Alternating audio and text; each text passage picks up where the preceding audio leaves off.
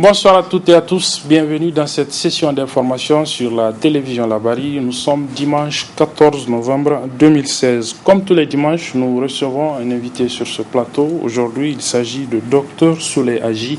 Il est enseignant-chercheur à l'université Abdou Moumouni Diofo de Niamey. Il est socio-politologue. Docteur, bonsoir. Bonsoir, Abdelazak. Avec vous, donc, nous allons parler de la situation socio-politique dans notre pays, mais aussi la situation politique, l'actualité politique de cette semaine qui s'est achevée, à savoir donc l'élection du candidat républicain Donald Trump à la présidence des États-Unis d'Amérique. Rendez-vous donc, docteur, à la fin de cette édition. Débutons par ce communiqué de presse de la coordination régionale Modène F.A. Lumana Africa de Niamey, communiqué ainsi libellé 14 novembre 2015, 14 novembre 2016. Cela fait un an, jour pour jour, que répondant plutôt donc à l'appel du devoir, M. Ama Amadou, le président candidat investi du parti, revenait au pays après plusieurs mois d'exil. À cette occasion, les militants et sympathisants de Niamey lui réservèrent un accueil de grand jour en dépit de la répression sauvage, c'est le terme du communiqué, qui s'était abattu sur eux. Plusieurs d'entre eux furent blessés, plusieurs autres arrêtés et jetés en prison, dont le candidat lui-même déporté à la désormais célèbre prison de Filengue. En ce jour anniversaire, la coordination régionale de Niamey, tout en exprimant sa solidarité aux camarades encore détenus, réaffirme son soutien indéfectible à M. Amadou, salue l'engagement des militantes, militants et sympathisants et les exhorte à poursuivre la lutte politique pour que vivent les valeurs démocratiques et républicaines dans notre pays, signé Soumana Sanda, le coordinateur régional. Et puis, sachez qu'à l'appel du comité directeur de l'Union des scolaires nigériens, les activités académiques seront suspendues demain lundi et après-demain mercredi. Le comité directeur de l'ISN a en effet déposé un mot d'ordre de grève dans ce sens, dont la télévision Labari s'est procuré une copie. Dans le domaine de l'éducation, toujours retenez que la convergence pour une action unitaire des syndicats d'enseignants du Niger et le SINASEP, c'est le syndicat national des enseignants contractuels et fonctionnaires de l'éducation de base, décident d'unir leurs forces pour agir et défendre ainsi les intérêts matériaux et moraux de leurs militants. Et ils étaient les deux structures, donc elles étaient cet après-midi en conclave au siège de la Confédération nigérienne du travail, la CNT. Ces conclaves ont été sanctionnés par une déclaration résumée ici pour nous par nos reporters Ibrahim Abdou et Adamou Soumana.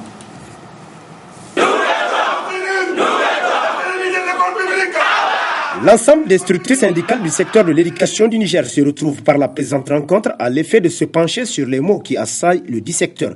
Ainsi, après avoir passé au peigne fin des considérants et autres difficultés auxquelles font face les enseignants, ce regroupement des syndicats du secteur de l'éducation dégage ces constats. Nous, syndicats d'enseignants regroupés au sein de la cause Niger et le SINASEB, constatons que les acteurs incontournables du système éducatif nigérien que sont les enseignantes et enseignants ne sont pas mis dans des conditions acceptables et décentes de vie et de travail. En dépit de cette situation grave, et nonobstant les multiples interpellations des syndicats d'enseignants, le gouvernement affiche un mépris royal aux préoccupations des enseignants. Il excelle dans le piétinement des protocoles d'accord qu'il a librement signés avec eux. Pire, il les défie à travers des actes qui frisent la provocation.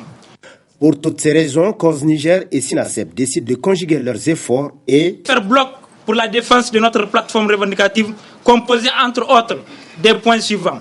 Le paiement sans délai de tous les arriérés de pécule et salaires et leur paiement à terme échu. L'adoption d'une grille spéciale pour les enseignantes et enseignants du secteur public. La finalisation des recrutements 2012-2013 et 2014 et la modification du décret 2009-112 fixant les modalités de recrutement des enseignants contractuels à la fonction publique ainsi que l'ouverture des recrutements 2015 et 2016. Le paiement des rappels sur salaire, primes de crédit et des incidences financières.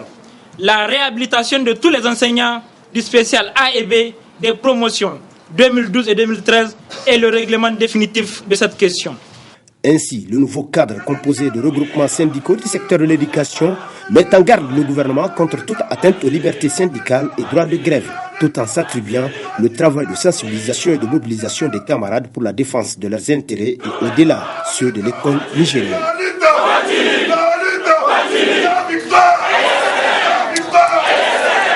Sur le front social, toujours les travailleurs nigériens de la CNPC, c'est la China National Petroleum Corporation, n'en démordent pas. Ils projettent d'ailleurs d'observer cette semaine qui débute demain un autre mouvement de grève de 72 heures pour encore revendiquer les droits des travailleurs nigériens donc de cette société. Ils l'ont fait savoir ce matin dans un point de presse, suivant le résumé avec nos reporters Nasser Seydou et Ousmane Sidikou.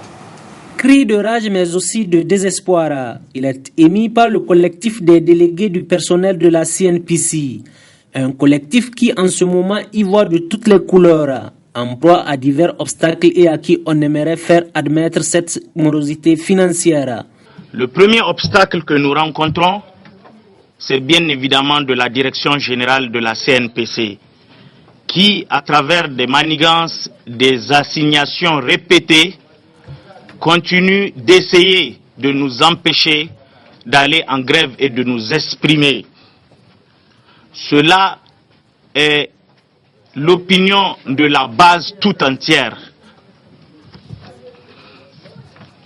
L'inspecteur de travail de Niamey, nous avons une conciliation signée en date du 16 septembre dernier avec lui, où nous devions nous retrouver autour d'une table pour discuter. Jusqu'au moment où je vous parle, cette conciliation est une lettre morte. La CNPC continue de dire que sa situation financière est critique et que le coût du baril étant bas, il ne peut s'engager à aucune promesse financière. À cela, nous répondons: pourquoi nous avoir fait quitter un bâtiment qui nous coûtait 450 millions l'année pour nous amener dans un bâtiment où l'année nous payons 2 milliards. Pour eux, la pilule étant dure à avaler, aussi heurtée au mur opaque de l'incompréhension. Advienne que pourra, ils projettent un autre mouvement de grève. Nous envisageons d'aller une deuxième fois en grève, en date du 15, 16 et 17 novembre 2016, c'est-à-dire la semaine prochaine, mardi, mercredi et jeudi prochain. Le cœur lourd, nous vous annonçons cette nouvelle, car ce silence assourdissant de la direction générale, du ministère en charge et de la direction des hydrocarbures continue à se taire. Nous n'avons reçu aucun appel. Personne ne nous a invités à nous asseoir autour d'une table jusqu'à l'heure où je vous parle. Cependant, bien que pour ce syndicat la coupe soit pleine, contre mauvaise fortune bon cœur, ces agents disent rester ouverts au dialogue pour un dénouement heureux de cette crise qui ne fait que perdurer et qui ne soit pas sans conséquences. Toute autre chose à présent, et vous le savez déjà peut-être, c'est le nouveau directeur général de l'Agence pour la sécurité et la navigation en Afrique et à Madagascar, ASECNA, est un Nigérien depuis vendredi dernier. Il s'agit de Mohamed Moussa. Il a été élu vendredi donc dernier à Bamako à l'issue de l'Assemblée générale de cette agence. Mohamed Moussa succède à un Malien et devient par le même coup le deuxième Nigérien à occuper ce poste donc de directeur général de l'ASECNA. Avec son équipe de campagne qui a fait le tour de plusieurs capitales ouest-africaines, ils sont rentrés ce matin à Niamey avec à leur accueil donc de beaucoup de Nigériens. C'était aussi en présence de nos reporters Nasser Seydou et Ousmane Sidikou. La seule chose que je souhaite et que je demande à Dieu, c'est de faire en sorte que le peuple nigérien soit fier de moi. Je souhaite ne pas décevoir les Nigériens. Je souhaite ne pas décevoir les autorités nigériennes et je souhaite ne pas décevoir ma famille. Ces mots sont ceux du tout nouveau directeur général de l'Agence pour la sécurité de la navigation aérienne en Afrique et au Madagascar, ASECNA, d'où un tel accueil réservé à ce digne fils du pays suite à sa brillante élection. L'homme qu'il faut à la place qu'il faut. Déjà des ambitions pour cette agence. Mes ambitions, l'une des premières, c'est de maintenir d'abord cette position de la SECNA. Rester le leader mondial des fournisseurs de services de navigation aérienne dans le monde, pas seulement en Afrique. Deuxièmement, j'ai une ambition politique forte qui a été toujours connue des Nigériens. Je suis un vrai panafricaniste. Ma vision, c'est la vision de Nkrumah. c'est l'Afrique doit s'unir ou périr. Et la SECNA, comme vous le savez, c'est l'une des dimensions qui permet justement d'unifier l'espace africain. Aujourd'hui, la SECNA unifie l'espace aérien de 18 États membres. 18 États membres, c'est plus que la CEDEAO. Donc c'est quelque chose d'extraordinaire. Donc cette ambition, il faut la poursuivre. Il faut un ciel unique africain. Et ce ciel unique africain ne peut se créer que lorsqu'il y a des techniciens capables de mettre en œuvre les dispositions et les moyens techniques nécessaires. Mais c'est surtout qu'il y ait des hommes capables de convaincre tous les hommes politiques africains que nous avons intérêt politiquement à aller vers cet espace, ce ciel unique africain. Un véritable challenge initialement, mais dont le Niger s'en est sorti gagnant et victorieux. Le plus difficile pour nous a été de faire succéder un Nigérien à un Malien. Car vous savez que la coutume dans ce genre d'organisation, c'est qu'il y ait une rotation. Nous avons réussi en Afrique de l'Ouest à avoir un seul candidat. Je pense que c'est ça le point que nous avons gagné. En face de tous ces pays, nous avons pu faire élire M. Mohamed Moussa au premier tour. Ce qui, en soi, était quelque chose d'impossible. Beaucoup de gens, quand on a commencé cette aventure, nous disaient que ce n'est pas la peine de vous fatiguer, que vous n'irez nulle part. Je ne suis pas un défaitiste. Ingénieur de la navigation aérienne, issu des écoles prestigieuses du domaine, Mohamed Moussa dispose d'autant d'atouts pour impulser et imprimer cette nouvelle dynamique à l'agence, un défi qu'il entend relever. Tout autre chose à présent, la deuxième édition de la rencontre des femmes des Makaranta, ces écoles traditionnelles d'enseignement islamique, s'est tenue ce matin dans le canton de Saga. C'est une rencontre donc entre femmes pour un partage de savoir et les connaissances de la religion musulmane. Et plusieurs femmes ont répondu à présentes donc à cette édition, comme a pu le constater notre équipe de reportage composée de Halid Bourema et Ousmane Sidikou. Communion des cœurs et des esprits en ces instants de forte spiritualité mais aussi de dévotion. Une grande mobilisation qui consacre d'ailleurs la deuxième édition de la rencontre de toutes les Makaranta dans le canton de Saga. Les femmes se sont réunies, c'est pour consolider les liens qui existent entre les Makaranta et avoir un rehaussement au niveau de l'islam.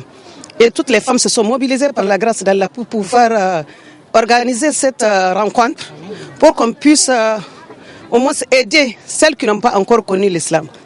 Et par la grâce d'Allah, avec l'organisation qu'on a pu faire, les femmes se sont mobilisées, elles se sont entendues. Et là, c'est ça le résultat de ce que vous avez vu. Ragayardi est plus que jamais motivée pour la cause. Cette rencontre aura répondu aux attentes des initiatrices. On prie Allah subhanahu wa ta'ala de nous donner encore la force et longue vie pour qu'on puisse dorénavant encore préparer quelque chose plus davantage qui va pouvoir aider toutes les femmes, celles qui ont connu et celles qui n'ont pas connu. Et cette rencontre a beaucoup donné ses fruits parce qu'à partir de là, toutes les femmes se sont mobilisées et maintenant chacune précipite pour pouvoir rentrer dans les Makaranta et puis pouvoir avoir un aperçu dans l'islam. Le message clair semble avoir été entendu, car individuellement prise, chacune de ces participantes à ce rassemblement en ont l'intime conviction de la nécessité plus que jamais pour elles d'y adhérer à ces Makaranta. Retenez avant donc notre invité que le bureau communal du 5e arrondissement de la ville de Niamey, de l'association des anciens militaires et gendarmes retraités ainsi que les veuves de ces gendarmes et militaires, ça a eu lieu donc ce matin. La cérémonie s'est déroulée dans les locaux de la mairie du 5e arrondissement communal de Niamey en présence de nos reporters Sadou Doumi et Michel Légy. C'est sous le haut patronage du maire du 5e arrondissement que les anciens militaires et gendarmes retraités et veuves ont eu à organiser cette rencontre qui a pour objectif principal de passer en revue les activités menées par les membres du bureau sortant et tracer des perspectives pour le nouveau. Au nom du maire de l'arrondissement communal Niamey 5, donc vraiment nous vous remercions d'avoir choisi le bureau même de la mairie pour tenir votre pour la mise en place de votre bureau, le renouvellement de votre bureau. Donc, il m'a chargé vraiment de vous saluer et qu'il vous souhaite que vos élections, que la mise en place se passe dans de bonnes conditions. Une rencontre à l'issue de laquelle un nouveau bureau composé de 21 membres, 14 conseillers et 2 commissaires aux comptes a été mis en place et c'est le président sortant qui a été reconduit pour un nouveau mandat de 5 ans.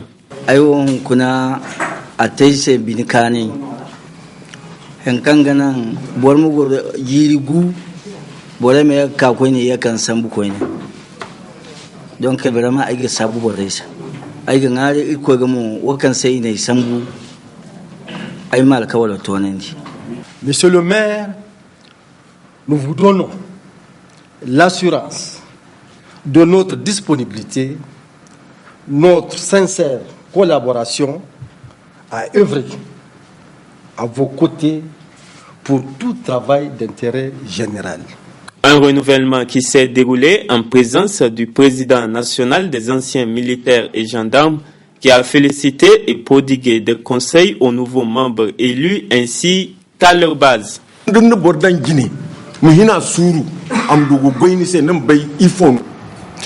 Voilà, nous en venons donc à notre invité de chaque dimanche, comme je le disais en début de cette édition. Aujourd'hui, c'est Dr Souley Aji. Il est enseignant-chercheur à l'université Abdou Mouni Diofo de Niamey. Il est sociopolitologue. Docteur, à nouveau, bonsoir. Bonsoir. Comme je le disais, donc, nous allons parler ce soir avec vous de la situation sociopolitique globale dans notre pays, mais aussi de l'actualité politique à l'international, marquée cette semaine qui s'achève donc par l'élection, on va dire surprise, du candidat républicain Donald Trump à la présidence des États-Unis d'Amérique. Sur la situation sociopolitique, donc ici au Niger, docteur, la question c'est de vous demander comment est-ce que vous expliquez ce silence ou bien, on va dire, cette accalmie sur le front social et peut-être même politique, en dehors bien sûr de quelques revendications corporatistes qu'on a vues déjà dans cette édition, on a vu quelques-unes. Comment vous expliquez cette accalmie ou ce silence des groupes organisés de la société civile et même des organisations de la politique, je veux dire, face à la gouvernance actuelle de notre pays, un peu plus de 7 mois après ces élections?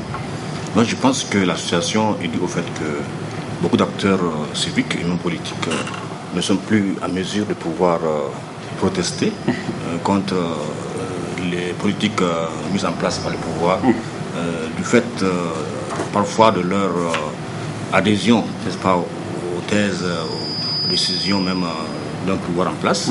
On a vu beaucoup de syndicats, beaucoup d'associations de la société civile, beaucoup de partis politiques, n'est-ce pas, pouvoir aller vers là-bas. Et donc, bien entendu, ces gens-là ne peuvent en aucun cas être des gens qui peuvent protester dans la rue, faire des déclarations assez difficiles sur le pouvoir. Donc ça, c'est une des raisons. Ouais. La deuxième raison, c'est aussi dû à une léthargie un peu internationale. On est dans un contexte de reflux des luttes sociales, aussi bien au Niger, au Mali, en Afrique en général, qui fait que donc, les luttes sociales n'ont pas encore atteint ce niveau-là où le pouvoir politique pourrait être inquiété. Donc c'est là aussi, il faut que au Niger aussi, on subit cela. Donc c'est normal qu'au Niger, on ne puisse pas avoir cela. Troisièmement, il faut aussi dire que au Niger, on n'a pas une position politique assez prégnante, parce que même si l'opposition n'est pas là, Mamadou n'est pas là, ça fait des mois et des mois. Oui. Donc il n'y a pas, si vous voulez, un leadership qui pourrait amener les militants en particulier, donc ce parti-là, une opposition générale, à se mobiliser contre, donc, n'est-ce pas, les décisions prises par le pouvoir. Donc ce sont des raisons, je crois, fortes qui expliqueraient pourquoi, donc, ce semblant de silence, en tout cas, cette léthargie-là, quelque part, qui fait que, bon, on ne voit rien venir en tant que tel. Oui, si, malgré toutes ces raisons, et si on prend par exemple pour ceux des acteurs politiques, si le fait de l'absence, par exemple, du chef de file de l'opposition, M. Mamadou, peut mettre justement les partis politiques de l'opposition dans une certaine léthargie, qu'en est-il des acteurs de la société civile? On a vu à la veille, peut-être même au lendemain de ces élections, des structures de la société civile qui sont regroupées au sein de ce qu'ils ont appelé la résistance citoyenne, mais depuis eux-mêmes ne disent pas moi. C'est-à-dire que la gouvernance actuelle sur le plan politique, économique et social, est-ce qu'elle marche? Je pense que c'est, disons, un contexte général. C'est d'abord un problème, disons, de gouvernance politique générale en Afrique qui découle du fait que dans un premier mandat, notamment en Afrique, les luttes sociales, les revendications, les doléances en général sont d'ordre plutôt idéologique ou politique. C'est ce combat pour la démocratie, les droits humains, pour une meilleure gouvernance, ainsi de suite. Tout cela, c'est ça qui vient en premier. Donc, vraiment, il a bénéficié de cela au Niger. On a vu la lutte contre le Tadjerté, contre tout cela, c'est ça qui a été vraiment la flamme, si vous voulez, qui a maintenu les gens, si vous voulez, dans une situation de confort, à la limite, donc de passivité. Les gens n'ont pas réagi beaucoup. Mais au second mandat, comme dans tous les pays d'Afrique en général, c'est un mandat social. C'est-à-dire que là, vraiment, les gens voient que défendre un régime pour des raisons idéologiques, partisanes, tout cela, ça ne nourrit pas son nom. Ça ne nourrit pas la marmite. Il faut donc que les gens se réveillent. Et là, on voit aujourd'hui au Niger, les syndicats, n'est-ce pas, d'éducation particulière, se réveiller, les étudiants. On voit comment, pendant longtemps, ils étaient militants, c'est notre régime, tout cela, mais aujourd'hui, on voit bien que ce n'est pas suffisant pour pouvoir maintenir la flamme, n'est-ce pas, donc, du foyer en tant que tel. Donc on voit bien aujourd'hui l'émergence là de mouvements sociaux, à Niamey, à Maradi, à Zander, ainsi de suite, parce que c'est un contexte de lutte sociale assez évident qui fait que les questions sont des questions matérielles évidentes. Parce que si on ne mange pas, eh bien, on va pouvoir lutter pour manger. C'est pas parce que je suis militant de parti que je vais pouvoir me taire. Non, parce que je suis l'association qui m'amène à revendiquer, à lutter. Donc je pense que c'est cela aussi aujourd'hui qui commence à émerger au Niger. Et quand vous l'appelez, à 90, c'est quand même des questions éducatives, donc des questions sociales, que mis les étudiants dans la rue, parce que les conditions de vie des étudiants en général à l'université de Niamey n'étaient pas les meilleures, parce que le système éducatif n'était pas un système qui était assez populaire. Donc tout cela a fait en sorte que les étudiants se sont mis à revendiquer. Cela a amené quoi? Donc la démocratie au Niger. Si on prend encore en 2000, en 1999, jusqu'à 2004, c'est une question politique, idéologique, sociale, enfin politique surtout. Oui. Mais en 2004, 2005, c'était une question sociale. Les gens de la lutte pour la vie chère, affronte la vie chère du monde. Cela, donc c'est vraiment deux phases. C'est une phase pacifique, mais une phase assez revendicative qui se fait en Afrique. Donc ça pose donc cette question de la gouvernance dans son ensemble, gouvernance politique. Quel regard vous portez sur cette gouvernance actuelle après ces élections, contestées justement par une partie de la classe politique? Je pense qu'aujourd'hui, la gouvernance actuelle a beaucoup à faire pour pouvoir colmater les brèches, parce que le discours de la Renaissance ne suffit plus, avec les mythes d'une certaine révolution démocratique et d'une bonne gouvernance, cela ça ne suffit plus, donc ça ne prend plus, comme on dit, donc la mayonnaise. Donc il faut maintenant que les gens voient concrètement dans leur vécu, dans leur assiette, dans leurs conditions de vie, réellement, n'est-ce pas, une amélioration concrète. Sinon, vont être des militants, des proches du régime, y compris, ils ne peuvent pas être aveugles, parce que c'est quand même une situation sociale réelle qui va pouvoir, donc ils vivent, donc il fait qu'ils sont obligés quelque part de pouvoir revendiquer. Donc il ne faut pas qu'ils comptent sur ça, avec les mythes, parce que les hommes, quoi qu'on dise, les hommes vivent de mythes. Des mythes. Dans tous les pays du monde, c'est les mythes qui font que les gens croient à des choses. Mais une fois que les gens ont vu les mythes là, ont vu les mythes en question être mis en application de 2011 à 2016, il n'y a pas eu grand changement dans leur condition de vie. Maintenant on parle de renaissance, encore un mythe, c'est encore un mythe qu'on a mis en avant. Là aussi ça ne prend pas, parce que les gens revendiquent. Donc vraiment, il faut pouvoir maintenant avoir des mythes novateurs, des mythes nouveaux quelque part, pour que les gens croient. Or, je pense que les gens tels qu'ils sont, parce qu'ils sont dans quand même des situations de vie difficiles, ne peuvent plus croire à une idéologie. Maintenant, il faut que les pouvoirs fassent en sorte que les salaires soient payés, que les droits des gens soient respectés, que tout cela soit mis en place. C'est la seule solution. Sinon, il ne faut pas qu'ils comptent sur une question d'idéologie qui peut amener les gens à croire. Tout à fait. Alors, donc, docteur, le deuxième sujet que nous avions choisi de parler, avec lequel nous avons choisi de parler aujourd'hui, c'est cette élection, on va dire, surprise. Le 8 novembre dernier, du candidat républicain Donald Trump à la présidence des États-Unis d'Amérique. C'était vraiment une surprise puisque tous les sondages, puisque généralement en Occident il y a ce système de sondage, tous les sondages donnaient gagnant la candidate démocrate, et à la grande surprise c'est le républicain qui est élu. Alors c'est vrai, on a suivi dans la semaine tous les commentaires relatifs à cela, mais si on vous demandait de revenir pour expliquer par exemple cette surprise, est-ce que vous en avez une explication? Bon, pour moi c'est une demi-surprise. Parce que le sondage d'opinion publique, c'est assez scientifique. C'est-à-dire que quand on voit, par exemple, le vote populaire, qu'il a gagné, c'est Hillary Clinton qui l'a gagné. Oui, elle a plus de voix. 200 et quelques mille voix, voilà, par rapport à Donald Trump. Donc ça veut dire que c'est elle qui est élue. Le sondage, on dit qu'elle va gagner. Si c'est gagné, elle a gagné quelque part. Mais seulement, c'est quand même un système qui n'est pas universel direct. C'est pas universel indirect. C'est-à-dire qu'il y a des grands électeurs, donc on appelle donc les grands électeurs, c'est eux qui, une fois maintenant élus, c'est-à-dire les maires, les districts, les commissaires de police, tout ce que vous voulez, sont appelés les grands électeurs. Maintenant, c'est eux qui vont maintenant pouvoir voter pour le président, enfin, à venir, donc le candidat, donc président. Maintenant, une fois que ces gens ont voté, maintenant, ils votent selon leur sensibilité, selon leurs humeurs. Ces gens-là ont voté pour la plupart pour Donald Trump en tant que tel. Donc c'est un système qui n'est pas, à mon avis, très démocratique, qui a fait que Donald Trump a été élu. Sinon, quand on prend la totalité des votes, en tout cas, la majorité va, on l'a dit, à Hillary Clinton. Donc c'est pas tout à fait surprenant, mais dans la mesure où il y a effectivement un certain nombre de revendications déjà posées par certains groupes sociaux. Parce que vous savez, par exemple, on veut que le système, par exemple, de sécurité sociale soit maintenu aux États-Unis. Donc les groupes les plus pauvres aux États-Unis veulent que le président, en tout cas à venir, ne soit pas un président qui mette en cause ces acquis. Les hispaniques, ainsi de suite, pour ne pas être expulsés des États-Unis. Bon, bref, tout cela. Bon, aujourd'hui, on voit une situation assez délétère qui fait qu'il n'est pas tout à fait élu en tant que tel. C'est-à-dire qu'il est élu, mais il n'est pas élu. Donc, c'est pour ça qu'on voit aujourd'hui dans les villes américaines beaucoup de mouvements sociaux, vous voyez, qui effectivement contestent. De contestation, tout à fait. Alors, on a suivi la campagne avant cette élection, on a suivi plus ou moins les programmes de ces deux candidats. Alors, celui qui est élu a un programme qui faisait peur. Alors, maintenant qu'il est élu, quels peuvent être justement les enjeux s'il devait être amené à mettre en application ce programme? Je veux parler pour nous, par exemple, du continent africain ou bien pour le Niger de façon assez précise. Quels peuvent être les enjeux d'un Donald Trump, président des États-Unis d'Amérique? Bon, Donald Trump, disons, n'a pas de programme précis comme ça. Il a comme ça des grandes idées, c'est-à-dire que souvent on connaît à grands traits dans son programme entre guillemets. Sinon c'est quelqu'un qui est venu comme ça à la politique, comme un cheveu dans la soupe. Donc il n'est pas vraiment quelqu'un qui a été préparé, qui a bien réfléchi sur la politique sociale, économique, sécuritaire, ce que vous voulez, États-Unis ou le monde. Donc c'est vraiment par à-coup, n'est-ce pas, qu'il agit. Dans le domaine notamment de l'Afrique en tant que tel, on peut déjà voir que par rapport aux États-Unis, même, il veut donc réduire les charges, enfin, les aides sociales de population les plus pauvres. Par exemple, Obamacare, qui est un système social par rapport, il veut l'exprimer. Bon, maintenant, on apprend qu'il veut maintenir ça, amender cela. Mais ça veut dire quoi? Ça veut dire qu'ailleurs, ce sera pire.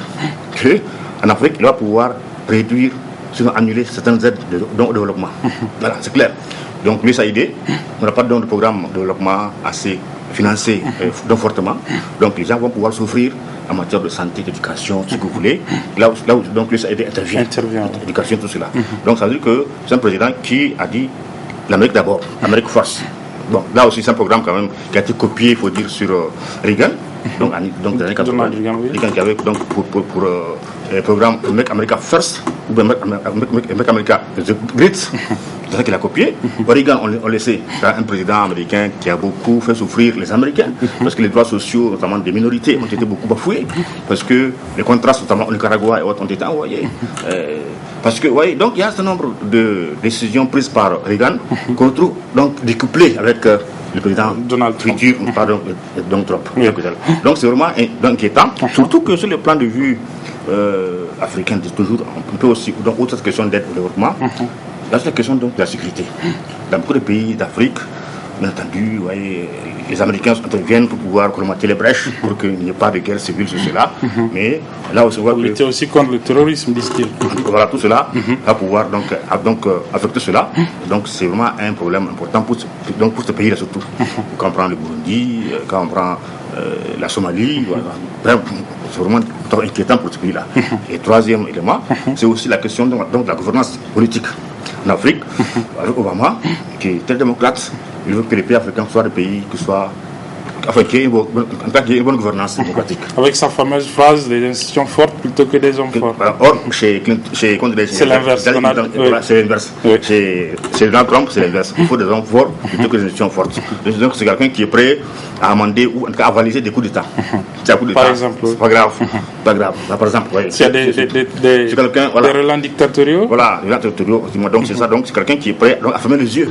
Donc sur les violations des droits humains, sur les luttes civiques, sur le fait que les gens soient torturés, sur donc les libertés de la presse qui sont bafouées. Ici et là, vous voyez, les journalistes qui sont inquiétés, comme vous voyez, tout cela, donc, vous voyez, c'est vraiment une menace grave pour l'humanité en tant que telle. Si on prend encore plus loin, on peut aussi dire la question, par exemple, palestinienne. Déjà, Trump est pour que Jérusalem soit la capitale d'Israël. C'est que jusque-là, personne n'a osé le dire. Lui, il dit non, il est d'accord pour que Jérusalem, qui est quand même une capitale à la fois palestinienne, si vous voulez, ou arabe et puis israélienne, soit uniquement une capitale israélienne. Il veut aussi que les colonies israéliennes soient étendues. Donc, à perte de vue, là aussi, c'est un danger. Donc, oui, c'est vraiment une menace très grave pour l'humanité que ce bonhomme-là qui vient au pouvoir. Alors, est-ce que là, il faut avoir peur, par exemple, pour nous autres Africains, encore qu'on n'a pas à avoir peur, il faut d'abord, comme on le dit, compter sur soi-même. Mais quand même, les États-Unis, c'est la plus forte, c'est la première puissance mondiale. Est-ce qu'il faut avoir peur? Est-ce qu'il faut s'inquiéter? Il faut s'inquiéter parce que, d'abord, l'inquiétude, ce n'est pas seulement pour nous-mêmes, c'est pour la paix dans le monde. Paix dans le monde, ça signifie quoi? Qu'il y a quand même des grands équilibres qui ont été mis en place depuis 45 au moins. Il faut maintenir. Sinon, on va pouvoir aller dans l'anarchie possible. Que chaque pays le plus fort va mater le pays le plus faible. Que la Chine, si elle veut, elle va pouvoir mater la Corée du Sud, le Japon, ce que vous voulez. Or là, vous voyez, c'est vraiment grave. Donc, c'est une guerre mondiale quand même. Que Israël peut pouvoir mater la Palestine et autres pays arabes. C'est pas bon. Donc, vous voyez, donc il y a des enjeux majeurs internationaux qui dépassent le cadre simplement national. Deuxièmement, il y a aussi un enjeu important qui est le climat. Le président Obama a signé quand même la COP21 à Paris. Et maintenant, on voit qu'il y a espoir que beaucoup de pays financent cela. Or, lui, Donald Trump, il ne veut pas amender cela. Il dit que non, il va pouvoir revenir là-dessus. Que c'est une fiction. Que le climat se chauffe, c'est une fiction, que c'est pas vrai. Bon, vous voyez, un gars comme ça, aussi limité, aussi ignorant, va pouvoir mettre donc notre humanité en danger. Donc, il y a beaucoup d'enjeux de ce genre-là qui font qu'on ne peut pas compter sur le président Donald Trump. Bon, maintenant, espérons que les Américains qui déjà manifestent seront plus lucides, surtout avec le Sénat et le Congrès qui sont entre les mains des républicains, qui sont quand même assez donc des libéraux, vraiment, qui ne veulent pas qu'il y ait des répressions, qui censurent que cela, que eux maintenant puissent être vraiment une sorte de contrepoids à Donald Trump. Voilà, merci donc Dr Soulaji. Je rappelle que vous êtes enseignant, chercheur à l'université de Niamey, vous êtes politologue. Avec vous, nous avons donc parlé de la situation sociopolitique dans notre pays, mais également l'actualité de cette semaine qui s'achève, à savoir donc l'élection du candidat républicain Donald Trump à la présidence des États-Unis d'Amérique. Merci encore une fois, docteur. Merci aussi à vous, chers téléspectateurs. Les programmes se poursuivent sur la télévision Labari. Au revoir.